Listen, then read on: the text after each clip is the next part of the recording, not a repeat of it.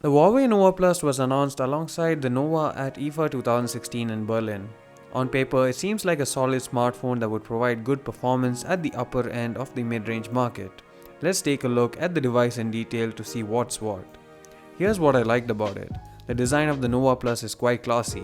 It definitely looks and feels premium thanks to the solid metal unibody design. The metal is only disrupted at the back by the plastic inserts at the top and bottom. The chamfered edges at the back and front edges look beautiful, and the device has really good ergonomics thanks to a sleek design that measures just 7.3mm in terms of thickness.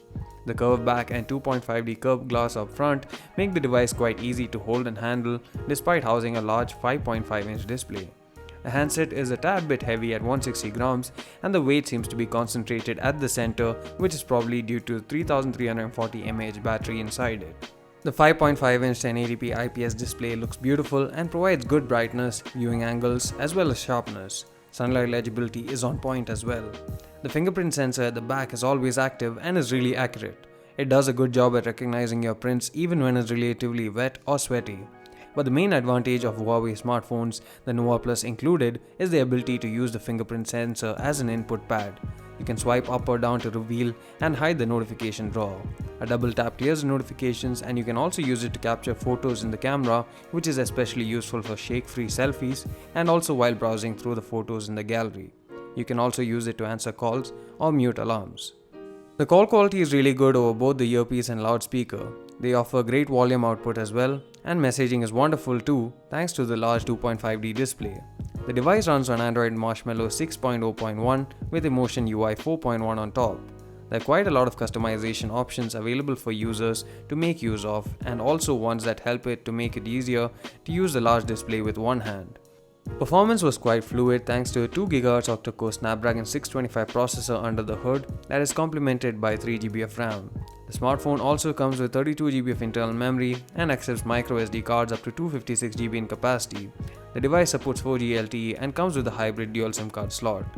Camera quality is pretty good on the rear thanks to a 16MP camera that has an f2.0 aperture, optical image stabilization, and face detection autofocus. Focus locks on pretty quick, and the shot is steady thanks to OIS.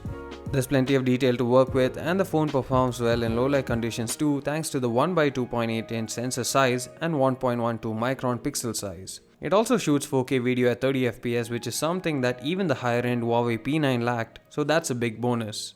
The front-facing 8MP camera too provides a lot of detail and takes great selfies. The only downside is the slightly noisy low-light performance. Music quality is good over both the audio jack and speakers. The speaker in particular offers a really loud output even though it's a mono speaker.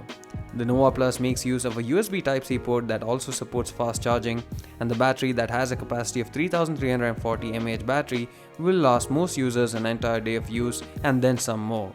It is non-removable though, hence the fast charging makes all the more sense. Now on to the things that I didn't like. The screen is quite beautiful, but Huawei seems to continue the habit of having large borders all around the display in the lower and mid-range handsets. You may get used to it, but it would have been better if it wasn't there. The other thing I didn't really like is the pricing of the handset. At the official announcement during IFA, the pricing was announced at $478, which translates to roughly around Rs 32,000. While the phone is pretty good, I don't see it selling too well if it's priced at said price point. Perhaps they have another figure in mind for India. At least I hope so, and we should know for soon when the device is officially introduced in India. Overall, the Huawei Nova Plus is a great device with a lot of plus points. However, those plus points will be put into perspective based on the pricing of the device upon launch. If price raised, this is one smartphone that I would really recommend to consumers. Here are the pros and cons of the device. Thanks for watching.